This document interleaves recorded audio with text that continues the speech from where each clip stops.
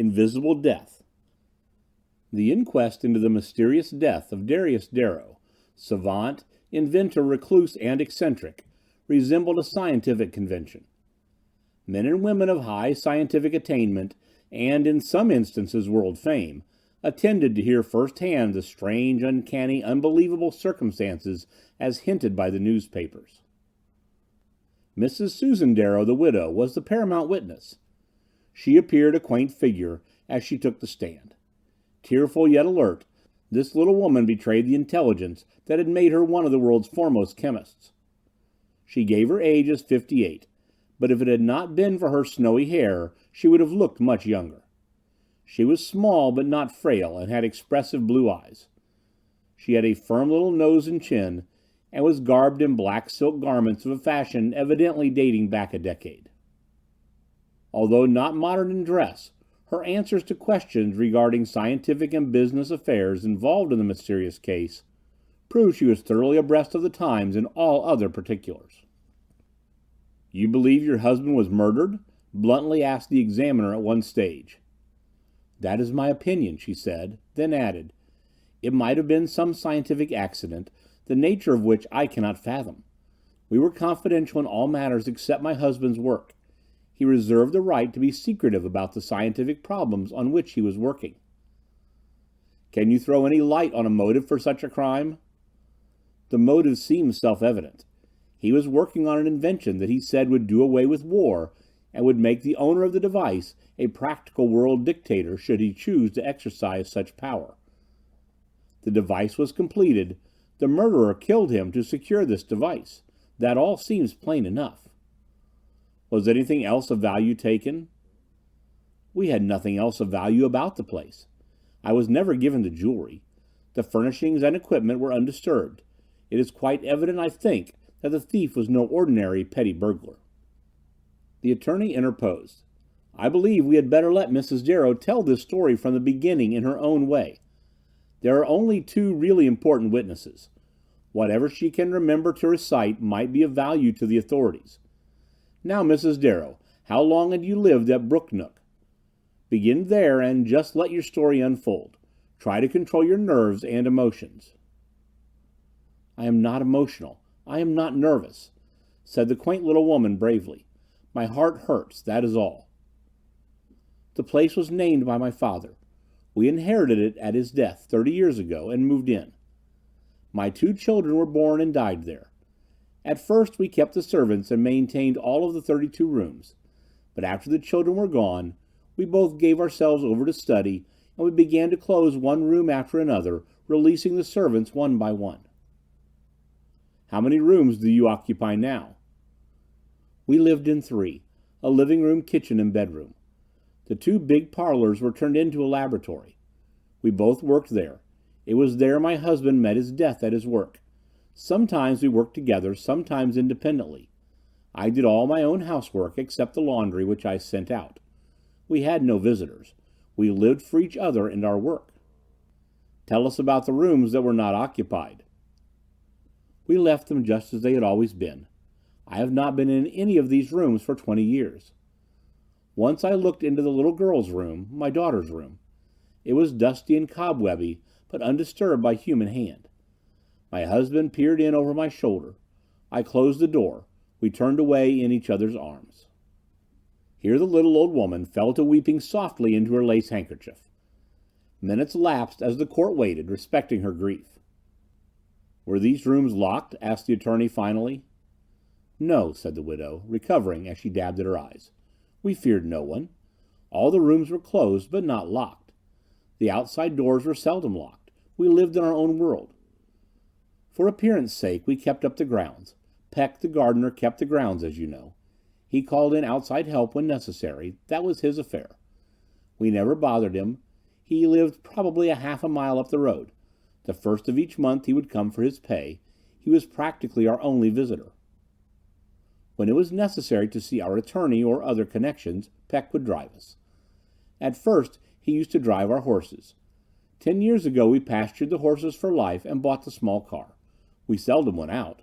We have no close friends and no relatives nearer than the Pacific coast. They are distant cousins. You see, we were rather alone in the world since the children went away. We never spoke of them as being dead." Again the court was hushed. The coroner and the attorney took occasion to blow their noses rather violently. "On May 27th, the day your husband died, what happened as you remember it?" asked the attorney. "We arose and had breakfast as usual. I was puttering about the rooms. My husband kissed me and started for the laboratory. I was in the kitchen. It was about 10 o'clock when I finished in the kitchen and went into the living room which adjoins the laboratory. I had been rather fretted, something unusual for me. It seemed I dimly sensed the presence of someone near me, someone I did not know, an outsider. I thought it was foolish of me and buckled up. But when I went into the living room, it seemed as if some invisible presence were following me. I could hear the low hum of my husband's device. The door of the laboratory was open. He called to me and said, 'Sue, dear, it seems strange, but I made 2 models of this set, and now I can find only one. You could not have misplaced the other by any chance, could you?' I assured him that I knew nothing of it, and he said, 'That's funny.' Then he went back into the library and closed the door. The humming continued. I was more annoyed than ever, but I did not want to bother my husband. Then a queer thing happened. I saw the door of the laboratory open and close, but I did not see anyone. The next instant, I heard my husband's outcry. It was more a groan than a scream. I rushed into the laboratory. My husband was lying by his slate-top table. The device, I noticed, was gone. It was no bigger than a coffee mill, I thought, as I bent over my husband. Strange how such a thought could have crowded in at such a time. My husband's head was bleeding. It was a cut, a long gash over the ear, just below the bald spot. It must have been a frightful blow. I looked in his eyes. My nurses and pharmaceutical course gave me knowledge which sent a chill to my heart. He was dead. I must have fainted. When I recovered, I ran for Peck. I found him near the house, coming my way and holding his right eye. "Something struck me," he said. Then, seeing me so pale, he said, "My God, Mrs. Darrow, what has happened?" "Run for the doctor," I said. When the doctor came, he called the police and coroner. They told me not to disturb the body. Later they took it away, and the gardener told me— "Never mind what Peck told you," interrupted the attorney. "We will let him tell it. Is that all you can tell us about the death itself?" But the widow was weeping now, so violently that the court ordered her excused. The gardener was called, and took the stand, displaying a big black eye, which offered comedy relief to a pathetic situation. "On the main road to the east," he began after a preliminary questioning, "was a small car, which had been parked there all morning. I noticed it because it had no license plates. It was visible from the inside of the grounds, but was hidden from the road by a hedge. It made me wonder because it was just inside our grounds. I had some very special red flags which I planted as a border back of pink geraniums. They were doing fine. I got them from the Fabrish seed house. There are no plants like Fabrish's. I wouldn't give a snap of my finger for all the other—" "Just a minute," interrupted the attorney. He told the gardener to never mind the geraniums and flags, but to tell just what happened. "Well, I was bending over the border bed when I heard sounds like someone running along the gravel path toward me. I heard a humming like a bumblebee, and I jumped to my feet. Just then, something hit me in the eye and knocked me down. Yes, sir, knocked me plumb down, and—" "Then what happened? Never mind the asides, the extras. Tell us just the simple facts," instructed the attorney. "Well, you won't believe it, but I heard the footsteps leave the road. The geraniums were badly trampled. I looked at the parked automobile and could hear the hum coming from there. The machine started and turned into the road." "Did you notice anyone at the wheel?" "That's what you're not going to believe. There wasn't anybody in that auto at all. I didn't see anyone at any time. The auto started itself, and what is more, that auto only went about 100 yards when it disappeared altogether. Like that, like a flash." "Did it turn off the road?" "It didn't turn anywhere. It was in the middle of the road. It just disappeared right in the middle of the road. It started without a driver, it turned north without a driver, and went on by itself for about 100 yards. Then it vanished in the middle of the road, just dropped out of sight." The courtroom was hushed. The audience and court attaches were awe-stricken and looked their incredulity. "Do you mean to tell us that the auto drove itself?" asked the court sternly. The witness was completely confused. The attorney came to his rescue, looked at the court, and said, "He has told that same story 100 times, and he will stick to it. It seems impossible, but has not Mrs. Darrow told us she heard this humming and saw nothing?" With the purely perfunctory recitals of the doctor and the constabulary, this court and the jury have heard all there is to hear. We have no more witnesses. That is all there is. The jury will have to decide from the evidence whether this case is accident or murder. The doctor and 2 experts have reported that the wound appeared to have been made by some blunt instrument, swung powerfully. The skull under the wound and back of the ear was simply crushed. Death was instantaneous. It all happened in broad daylight. After an hour's deliberation, the jury decided the savant came to his death in his laboratory from a blow on the skull received in some manner unknown. The crowd filed out, spiritedly discussing the unusual crime. In the crowd was Perkins Ferguson, known as Old Perk, head of the Shefford Engineering Corporation, who paid royalty on some of the Darrow patents. With him was Damon Farnsworth, his first vice president. "Well, what do you think of it?" asked Farnsworth, biting into a black cigar. "Damned weird, isn't it?" replied Old Perk. "I have my own theory, however," he added, "but I am going to know a whole lot more about this case before I venture it." The pair climbed into Ferguson's car, discussing the Darrow death case with furrowed brows. What might be termed an extraordinary meeting of the directors of the Shefford Engineering Corporation was held a few days later in a big building in the financial district. The rich furnishings of the directors' room indicated, better than Bradstreet's, the great wealth of the corporation. Uniformed pages stood at attention at each end of the long mahogany table at which were seated the 14 directors of the company. All were men of wealth, standing, and engineering knowledge. The departed Darrow often had been summoned to such meetings, and at this one there was a hush because of his recent demise. After a batch of preliminary business had been transacted, Ferguson arose and cleared his throat. The directors leaned forward in their chairs expectantly. The page boys lost their mechanical attitude for the instant and fairly craned their necks around the bulks of the forms in front of them. "The Darrow case has taken a sudden and sinister turn," said the president. "I have a letter. I will read it." "Old Perk, get wise to yourself. We are in a position to destroy you and all the potbellies in the Wall Street crowd. If you want to die of old age, remember what happened to Darrow and begin declaring us in on Wall Street dividends. If you do not, you will follow Darrow in the same way. Our first demand is for $100,000. Leave this amount in hundreds and fifties in the rubbish can at the corner of 50th Street and Broadway at 10 a.m. next Thursday. If you fail, we will break your damn neck. Bring the police with you if you like. Invisible Death.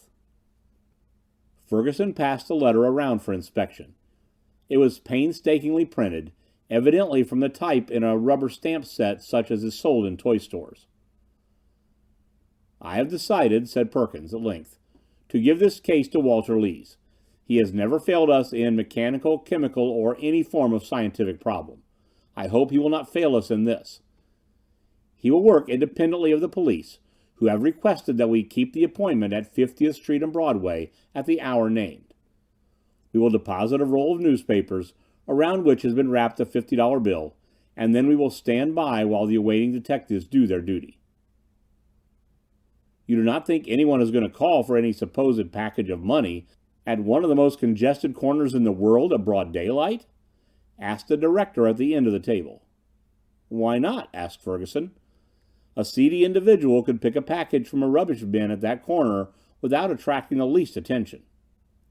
"I guess you're right," agreed the doubting one. "I know I'm right," said the president, and he usually was. "I have already arranged to have Lees instructed in his work," Ferguson volunteered as a pause came in the buzz of conversation around the table. "Lees is young, but he is capable." There was general discussion of the strange case of Darius Darrow, the room filled with the blue haze of many cigars. Suddenly a low humming sound was heard in the room. Papers on the director's table were bunched as if by unseen hands and thrown to the ceiling, from which they descended like flakes of snow and scattered about the room. A book of minutes was torn from the hands of a secretary. It was raised and brought down on Vice President Farnsworth's head. A chair was pulled out from under another direction, and he was deposited in an undignified heap on the floor. Another director acted as though he had been tripped, and he fell on top of Farnsworth. The two big vases crashed to the floor in bits. Other decorative objects were scattered about. The directors who had been hurtled to the floor stood up with expressions of comical surprise on their features. Their chairs catapulted into a far corner of the room, one after the other. Startled expressions resounded from the group. A small bookcase fell on its front with a crash of glass. Ferguson's cane jumped in the air and crashed a window pane. The humming ceased suddenly. The room was a wreck. The assembled men stood aghast. They were simply nonplussed. Finally, they phoned for the police. After hearing the strange recital from so many highly reputable witnesses, a detective sergeant who had responded to the call with others reported to headquarters. A uniformed police guard was sent to the place with instructions to remain on duty until relieved. Ferguson sent for Walter Lees, the young engineer of whom he had spoken to the directorate. Assigned to the task of unraveling the Darrow death mystery, Lees ran true to form by getting busy at once. This was at midnight of the day of the surprising directors' meeting. Lees owned a big car. He piled into it and headed for the scene of the crime. Daybreak found him examining every inch of the road around the Darrow estate. Then he searched the hedge along the east road, where the phantom auto had disappeared after the crime. The brush along the opposite side of the thoroughfare was also gone over. Passing autos had stopped to ask the meaning of his flashlight. Lees explained that he had lost a pocketbook. It was as good an excuse as any, and served to keep him from drawing a crowd. He found nothing to reward his long and painstaking efforts. At 7 a.m., he decided to interview the Darrow widow, and found her already up and about her kitchen, weeping softly as she worked. She bade him be seated in the living room. "No, I am not afraid to stay here alone," she said in reply to Lee's first question. "Whoever killed my husband did so to get possession of his second model. They had already stolen the first. I have thought since that they were afraid that the finding of the second model after his death would aid in their detection. For some reason, they had to have both models." She agreed to tell all she knew of the case. Lees listened to the long recital as already recorded at the coroner's inquest. By adroit questioning, Lees gained just one new fact. Mrs. Darrow remembered that she had called her husband, just before he retired to his laboratory, to fix a towel hanger in the kitchen. "He found the pivot needed oiling," explained the widow. "That was all. He oiled it and went into the laboratory." The idea of one of the world's greatest mechanical engineers stopping his work to oil a towel hanger caused Lees to smile, but Mrs. Darrow did not smile. "My husband was a genius at repairing about the house," she said in all seriousness. "I can imagine so," agreed Lees. The conversation ceased. Lees sat for a few minutes with his head in his hands, thinking deeply. Finally he said, "I am convinced that someone who was well aware of your husband's habits committed this crime. Do you believe positively that the gardener is above suspicion?" "Oh, it couldn't have been Peck," insisted Mrs. Darrow. "I had seen him down near the gate from the window. He was too far from the house, and besides, he was devoted to us both." "Then it was somebody from the neighborhood," said Lees. "Maybe so," replied Mrs. Darrow noncommittally. "Who lives in the next house south?" "That is toward the city," mused the widow. "There are no houses south on either side of the road for a little farther than a mile, when you reach the town limits of Farsdale. The town line is about halfway between, and marks the southern end of this estate." "Who lives in the first house to the north?" "That is the cottage of Peck the gardener." "How near is the next house?" "That was the parcel my father sold. It is about 3 acres, and in the center, or about the center, is the house built by Adolphe Jouret, who bought the land. He lives there with his daughter. They built a magnificent place. The brook that traverses our grounds rises at a spring back of his house. Save for 2 West Indian servants, they are alone. The servants live in Farsdale and motor back and forth." "What do you know of this what's his name?" queried Lees, who had assumed the role of examiner. "Jouret? Very little. He is some sort of a circus man or showman, or was before he retired. He once had wealth, but my husband, some weeks ago, said that because of ill-advised investments he was not so well rated as formerly. I had the feeling that he might be forced to give up the place. I just felt that. I never heard it. I am so sorry because of the daughter. She is a beautiful girl, and seemed kindly the one time I saw her. She was about 12 then. I do not like to say it, but she seemed a little dazed or slow-witted, but really beautiful." Mrs. Darrow fell to smoothing out the folds in her house apron, as Lee asked, "When was the only time you saw her?" 10 years ago about. Just after my father's death. They called on us. We did not care to continue the friendship, as Jouret seemed a little flamboyant. His circus nature, I suppose. Anyway, we were quiet folks, and there was no need of close association with neighbors. "I remember," continued the widow after a pause, "that Jouret, when he heard my husband was a scientist, simulated an interest in science. He did have a smattering knowledge of science, but he was plainly affected, so we decided to just let him drop. No ill feeling, we were not interested." "You do not approve of circus people?" "It's not that. Any honest work is honorable. It seems commendable to furnish amusement for the public. I know little about people of his profession, but I am sure they are perfectly all right. It was Jouret personally. He seemed noisy and insincere. The girl was nice. I loved her." "That is all you know of the Jourets?" "That is all." "Mrs. Darrow, I wish to go through this house from attic to basement. Have you any objection?" "None whatever. Make yourself free, but do not attach any significance to what appears to be a secret passageway and cave. My father was a biological chemist. He used to experiment much with small animals. He had a cave where he stored chemicals, and I believe you will find old chemicals stored down there now. I disturbed nothing." The widow forced a smile to her lips. "Will you excuse me?" she concluded. "I am trying to carry on." Lees, carrying a flashlight, began a systematic search of the premises. He made his way up a winding staircase, through dust and cobwebs to the attic. He found the top story filled with trunks and bits of furniture of a previous generation. All was in order, but dust-covered and cobwebby. "Someone has been here before me," he said to himself, brushing a mist of cobwebs from his coat sleeves. "There's a path brushed through the spider webs." Turning his flashlight on the door, he exclaimed, "And here are footprints in the dust. Well, I'll be." Then after some study he mused, "Of course there has been someone here. The killer of Darrow probably has been here to see what he could see. It was no great task, the doors were never locked. The footprints are of no value except to give me the size of his shoes." He measured the footprints carefully.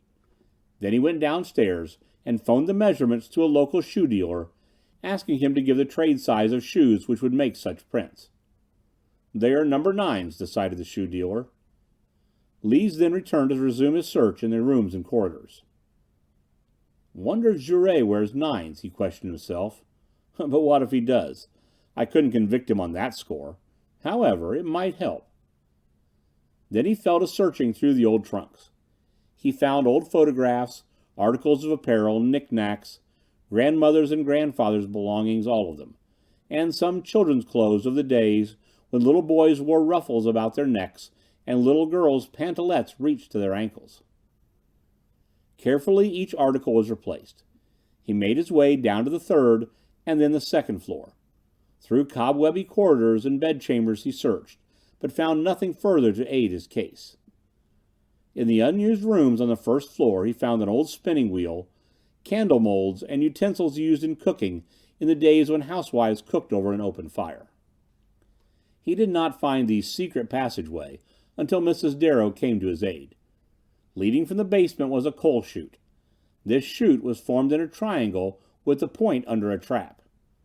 It was man-high at the cellar opening, and its floor was a slide for fuel. It had been in use evidently quite recently. At the cellar wall of this chute, Mrs. Darrow pressed what appeared to be a knot in the old timber and pushed open a door. A dank odor issued forth as the door was opened. Lees entered the passage, and Mrs. Darrow returned upstairs. Following the underground passageway, Lees came into a cave about 14 by 14 feet in size, with a ceiling and walls of arched brick. It had evidently been built before the days of cement construction. A long bench and shelves with carboys and jars of chemicals were the only furnishings. Lees sounded all the walls, but found nothing further to interest him. Lees returned to town at the urgent call of Old Perk, who had arranged with great care to keep the appointment at 50th Street and Broadway, where the decoy package was to be left. He had snipers in nearby windows. He had detectives, dressed in the gay garb of the habitués of the neighborhood, patrolling the corner, and he and his own guard parked in an automobile against all traffic rule at the curb near the rubbish can. An office boy sauntered up to the rubbish can, threw in the decoy package, and sauntered away. A second later, there was a low humming sound. The decoy package fairly jumped out of the rubbish can and disappeared in thin air. The humming sound seemed to round the corner into 50th Street. Detectives followed on the jump. The humming approached an auto at the curb, and the auto's self-starter began to function. As the police stood nearby, enough to have jumped into the auto, the whole machine, a big touring car, actually disappeared before their eyes. Consternation is a mild word when used to describe the result. All forces set to trap the extortionists gathered in a group, and in their surprise and disappointment began discussing the queer case in loud tones. A crowd was gathering which was blocking traffic. Old Perk was the first to recover from his surprise.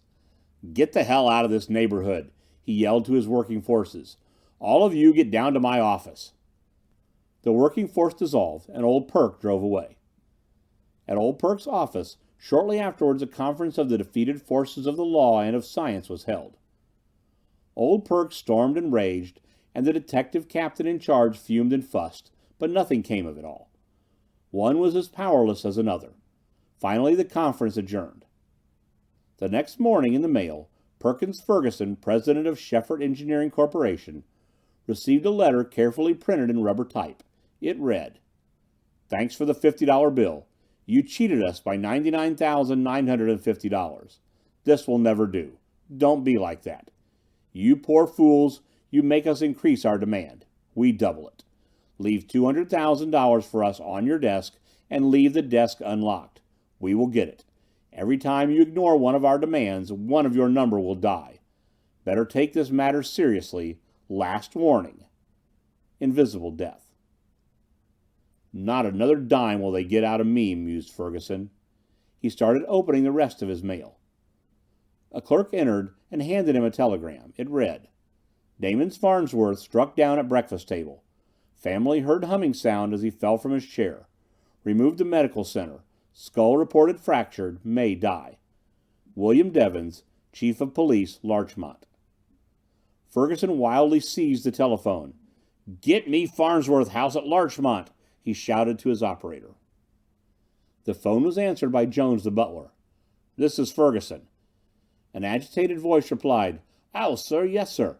It's true, sir. He was bleeding at the head, sir. Something hit him." "Let me talk to Mrs. Farnsworth." "They're at the hospital, sir." "One of the boys." "Both are at the hospital, sir." "Do you think he will live?" "And how could I say, sir?" Ferguson called the medical center. They permitted him to talk to a doctor and a nurse. The nurse referred him to the doctor, who said, "He is unconscious. There is a wicked fracture at the base of the brain. He was struck from the back, a club, I believe. He may die without regaining consciousness. I am hoping he will rally and that he will be all right." Ferguson ordered his car, and with Lees at his heels, jumped into the tonneau. He heard a humming sound back of him. He looked back and saw nothing. Both he and Lee were too impressed for words. "Step on it," Ferguson ordered the chauffeur. "Drive us to the medical center." At the world's largest group of hospitals, Ferguson's worst fears were confirmed. The patient was reported sinking. Ferguson, giant of Wall Street, was a low-spirited man as he drove back downtown to his office. With Lees he passed through the outer offices, buzzing with business and the click of typewriters. Not a head was raised from a desk or machine. It was a well-drilled force. Into his private sanctum he walked, or rather dragged himself, and wearily he sat down. He pushed a pile of papers from him and ran his hands over his hot brow. Blood pounded at his temples. For the first time in his life, he faced a situation which was too deep for his understanding. Over and over he reviewed the uncanny events as Lees sat awaiting orders. "I cannot have them killing off my friends like that," he mused finally. He called a clerk. "Go to the bank and get $200,000 in 50s and 100s, he commanded. When the clerk returned with the money, he laid the package on his desk and left the desk open. "This might appear cowardly, but it will give us time," he said. Lees did not offer an opinion. Ferguson drew a personal note for $200,000 and sent it to the Shefford Corporation's attorneys. This amount represented a large part of Ferguson's personal assets, not involved with any company with which he was connected. He told Lees to go about his further investigations. Then he left the office and started for his home. "I'll bank my life Lees will have those crooks lined up within a week," he assured himself as he lolled into his auto, bound homeward. But his voice sounded hollow, and the blood still pounded at his temples. Reaching home, he found a call from the Western plant at Chicago. He phoned the superintendent with the foreboding that all was not well. "That you, Perk?" sounded the voice on the wire. "Yes, what's up?" "I had not intended bothering you with this, but in the light of all that has happened, I guess you had better know that one of our engineers went stark mad out here about 3 weeks ago. He was a very brainy man, but his reason snapped. He first appeared queer when he began talking of anarchy and cursing capitalists. Then one afternoon he struck a shop foreman down with a heavy wrench and rushed out of the plant. We have not seen him since. The police have been looking for him, but he is still at large." "That explains a lot of things," said old Perk. "Tell the police to keep after him. We'll look for him here. File me a complete detailed report of the incident by telegraph," he instructed. Then he asked, "How is the foreman? Badly hurt?" "He dodged. It was a glancing blow. The foreman was back to work in a week, but he is nervous and has armed himself. We have put on extra guards." "Good," commended Ferguson. "Don't hesitate to spend tolls to keep me advised of any developments." An hour and a half later, Ferguson phoned the chief clerk in his offices. "Go into my private office," he ordered, "and see if there is a package on my desk. It is a bank package." The clerk returned in a few moments. "There is no package on your desk, Mr. Ferguson." "That is all I wanted to know," said Ferguson, and hung up the receiver. Then Ferguson called up the Darrow home and tried to get in touch with Lees, but was unable to do so, as Mrs. Darrow said she had not seen him since he had been called back to the office. The reason Ferguson could not reach Lees was because Lees had decided to learn once and for all if Jouret wore No. 9 shoes. He had started for Jouret's in his own car. It was a beautiful country he was traversing, but he had no time to note that the tree branches almost met over his head, and that his way was bordered with a profusion of wild flowers, displaying a rainbow of colors. The house of Gerade, the retired circus performer, sat back far from the road, against the side of a beautiful hill, and was surrounded by poplars. The landscape was wilder and more natural than that of the Darrow place adjoining. The door was opened by a Puerto Rican boy. Lees lost no time. He said bluntly, "Tell your master that a gentleman is here to see him on very particular business." Jouret himself came back with the boy. "What is it?" he asked, smiling a welcome. "I am working on the case of the death of Mr. Darrow, your neighbor. I believed you might have seen something. I thought you might aid me." Jouret betrayed no surprise. "Come in," he said. He led the way to a large reception room and asked his visitor to be seated. He was the soul of affability. Short, husky, and florid, his eyes large, black, and staring. His hair black, quite long and curling upward at the ears. He was dressed in black, and he had the appearance of a big fat crow. "I am glad you came," he greeted his guest, "for I have far too few callers." He switched on the big electric bunch light in the center of the room, for it was dusk. "We have been told that you are a retired circus man," said Lees, in his usual frank manner. "Not exactly," said Jouret. "I traveled on the continent, finally journeying to Australia and then to the States. I crossed the country from San Francisco and settled down here. I was known as Elias the Great. I had my own company and property. It was a magic show. It was not a circus, although we did carry 2 elephants, 3 camels, some ponies, snakes and birds, and smaller animals. That's where the circus report comes from. When I retired, I sold my stock to a circus. The newspapers regarded it as funny, and one of them printed a half-page story with pictures about the public sale. It was very much exaggerated. They mentioned giraffes, hyenas, and a lot of other animals I never possessed. Odd, wasn't it, getting so much publicity after I was through needing it? However, I never in those days dodged the limelight." Jouret ended his speech with a loud and hearty guffaw. "I will call my daughter," Jouret appended. "She will be glad to meet you." He left the room. Lees had taken occasion to note the size of Jouret's feet. They were small, almost effeminate, more likely 5s or 6s than 9s. Soon Jouret returned with a girl in her early 20s. She was blonde and radiantly beautiful. Doris Jouret bowed and smiled in a perfectly friendly manner. Lees noted there was something about her eyes that made her appear dazed. Jouret monopolized the conversation, giving no one a chance to edge in a word. "This gentleman desires information in connection with the death of our neighbor, Mr. or is it Dr. Darrow. I want you to assure him, as I will, that we have seen or noted nothing that could possibly throw light on the strange case." The girl nodded, it seemed a little wearily, and Jouret was off on another conversational flight. "I too am a man of scientific attainments," he chattered. "I am a biologist, toxicologist, doctor of medicine, a geologist, metallurgist, mineralogist, and somewhat of a mechanic and electrician. I have given long hours to the study of strange sciences and metaphysics to which you men give too little attention. There are sciences which transcend any of this sphere. There is a higher astronomy. I neglected to say that I am an astronomer." "Yes," drawled Lees. "Yes," said Jouret emphatically.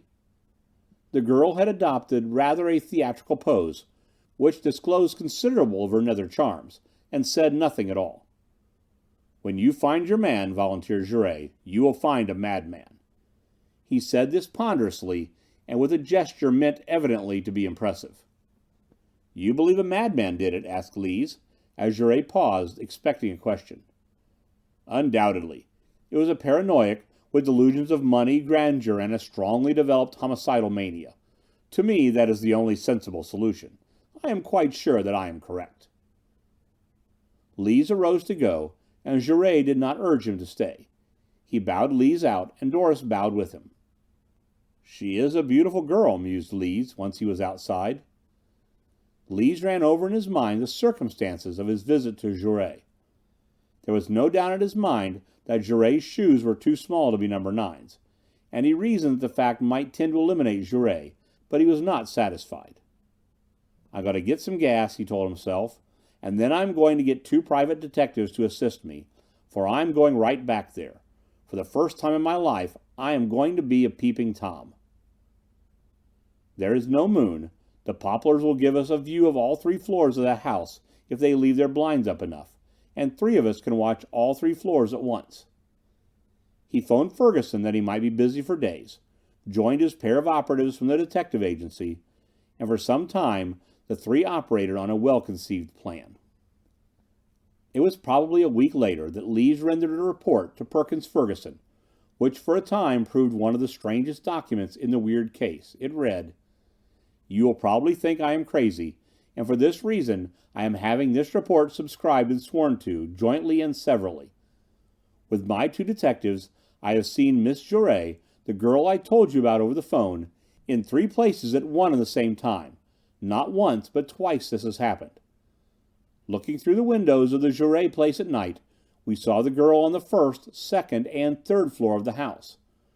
We believe this due to a clever arrangement of mirrors, but figure this out. The next day she drove a car to town. We followed. She got out at one theater and entered. She did not come back, that we could see, but the car drove off. There was no chauffeur, and we thought we had discovered the driverless auto until we looked and saw Miss Giray still at the wheel. She got out and entered another theater. She did not come back, but the car drove off with her still at the wheel.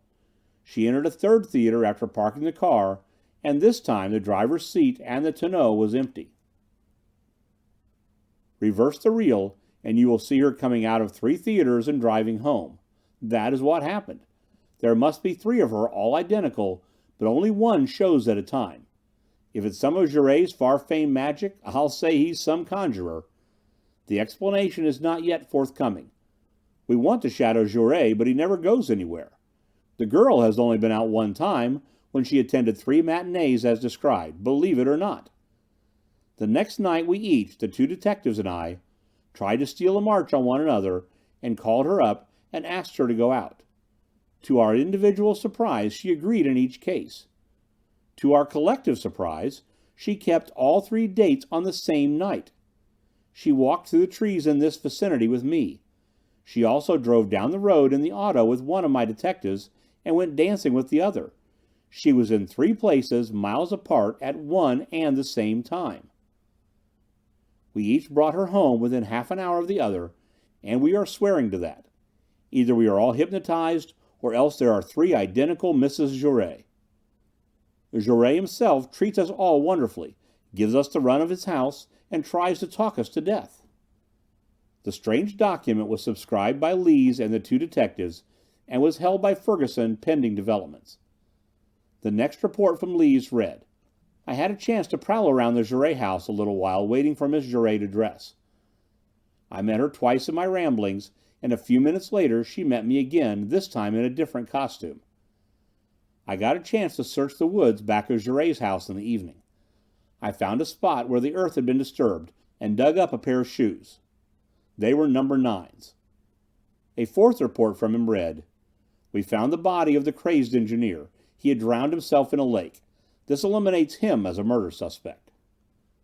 2 weeks passed with no new developments in the Invisible Death case, except for the arrival of a letter demanding $1 million and threatening the life of Perkins Ferguson if the demand was ignored. It was ignored, and only served to spur Lees and his detectives on to decisive actions. They decided to rush the Giray house and kidnap Giray with the idea of holding him until he agreed to explain the presence of the number 9 shoes buried back of his house. A low moon hung over the poplars when Lees rang the Giray front doorbell. One detective was guarding a side door and the other a back door. Suddenly Giray was seen to jump from a second-story window. As he did, a car driven by one of his Puerto Ricans came along the drive, and he leaped into it. Lees, first to see Giray, called to his detectives. They came running. Their car was waiting in the road. The Puerto Rican was seen to jump from the Giray car just as it started south towards New York. Lees took up the race. Both cars had plenty of power, but the Giray car suddenly disappeared as a low humming noise began to break the silence of the night. One of the detectives was at the wheel. Lees, as usual, was giving orders. Keep close to that hum. Never mind that you cannot see the car. It is there all right. If you can gain on it enough, drive right into it. Right-o, shouted the detective. We're wise to him now. The humming noise was taking on speed with every second. So was Lee's car. Soon Lee's car was making 60 miles an hour, with the hum just ahead and barely audible. Past traffic lights, over bridges and grade crossings, the mad chase of the Phantom continued. Wildly racing through the night, missing other cars by a breath, the big visible auto continued its pursuit of what? Careening, Lee's car rounded a curve, and above the hum just ahead, they heard the shouted curses of their quarry. But he could not be seen. Lees could only see the road marked by his lights. Mile after mile the wild, uncanny chase of the Phantom continued. Soon the lights of New York could be seen in the distance. The cars were forced to slow down somewhat. Suddenly, there was a thundering crash ahead. A car was twisted in a mass of tangled wreckage. Feminine and masculine shrieks blended as Lee's car piled up on the wrecked heap. A third car, becoming suddenly visible, rolled over and brought up at the edge of the road.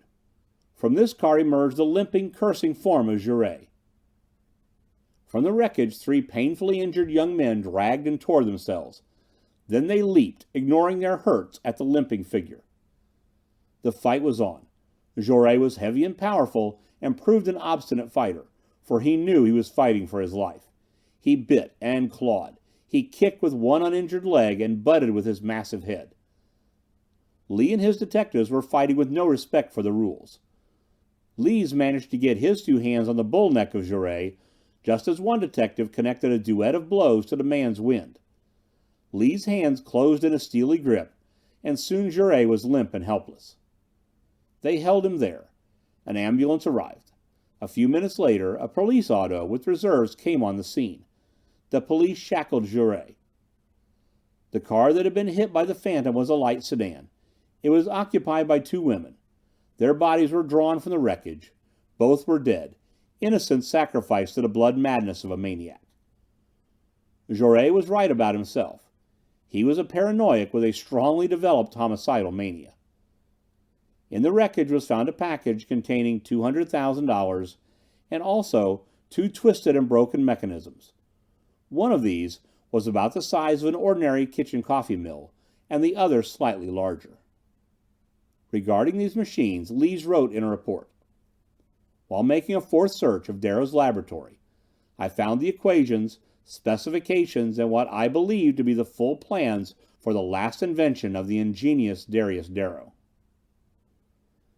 Many of the most astounding inventions and discoveries have resulted from theories which were laughed to scorn at the time they were advanced. Roebling's plans for the Brooklyn Bridge resulted in a meeting of the foremost engineers of the day. All agreed that the plans were built on a false premise. They argued that the bridge would fall of its own weight. Then they all had a good laugh. The bridge still stands. Watching smoke float over a hill from army campfires caused an early French scientist to dream of filling a bag full of smoke and riding with it over the hill. The first balloon was the answer to this dream. James Watt is said to have gotten his idea for a steam engine from watching a lid on a tea kettle dance under steam pressure. When Langley was flying his man-carrying kites, the Wright brothers dreamed of hitching an engine and a propeller to a giant kite. The airplane was the result of these experiments. Darrow got his idea from watching a rapidly revolving wheel. He noticed that the spokes and rim blended into a blurred disk when a certain speed was reached. The entire wheel was practically invisible under certain lighting conditions when a higher speed was attained. Darrow went further and reached the conclusion that there was a rate of vibration that would produce invisibility. This was accepted in practically all engineering research plants long before it was perfected by Darrow. The facts are that any rapidly vibrating object becomes more and more difficult to outline as its rate of vibration increases. All that was left for Darrow was to arrive at the exact mathematical time, tone, or rate of vibration producing invisibility, and to construct a vibrator tuned to produce this condition. His first machine produced the vibrations of invisibility in a field with a 3-foot radius in all directions. That is, it caused every solid object within this atmospheric field to vibrate at the rate, tone, or speed of invisibility. This machine was in no sense rotary. It departed from the original example of a revolving wheel and entered instead into general vibration in a given or measured field. The pulsations or vibrations of an ordinary automobile engine will cause every ounce of metal or solid in the automobile, including the driver, to vibrate at the same rate or momentum. This is a known fact, and it provided the basis for Darrow's experiments. Darrow built 2 machines. The first had a field with a radius of 3 feet on all sides. This was used by the killer in his murders. Jaurès stole this machine first, thus paving his way for the second robbery. With the first machine in his possession, Jaurès was able to commit the Darrow murder without being seen. He had to have the second and larger machine, however, to make his auto disappear. He stole the larger machine at the time of the Darrow murder, and with it he had his auto vanish, as the gardener testified. Both machines were hopelessly smashed in the wreck, but with Darrow's documents at hand, we might be able to construct another and a larger model. A machine built on the proper scale will make a plane or a battleship invisible, and should, as Darrow said, make war against this country impossible. Digging into Jouret's history, we found that the Mrs. Jouret were one-cell triplets. Their mother, Mrs. Doris Nettleton, an Englishwoman, was a member of Jouret's troupe, as was the father. The mother died at the birth of the triplets. The father died a few years later. The company was touring Australia at that time. The Jouret and the father had the birth of only one baby recorded. She was named Doris after the mother. The other girls also used this one name. They now have only one name among them until the court gives them individual names. Jouret never let but one girl be seen at a time. The reason was that he and the father had planned to use the girls, when grown, to create a surprising stage illusion. In this illusion, one girl was to act as the earthly body, and the other girls as the astral bodies of the same purported individual. The father died, and Jouret retired before he ever got around to staging the illusion. Jouret continued the deception, however, because it appealed to his showman's nature. The girls at all times were under the hypnotic control of Jouret, and of course knew nothing of his crazed intellect or crimes. Upon his arrest, Jouret released the girls from the spell of years. The Misses Nettleton say that Jouret was always kind to them, and was an ethical showman until his mind gave way. I told the triplets that I might find them employment with our concern, but they prefer to follow in the footsteps of their mother and father and return to the stage. Ferguson, quite his normal self once more, since Farnsworth was recovering slowly, twitted Lise about being in love with one of the triplets. Lise admitted they were most gorgeous blondes, but insisted he preferred one brunette. Then another thing, added Lise. Any man who falls in love with one of the Nettleton triplets will never be sure just which one he fell in love with. End of Invisible Death.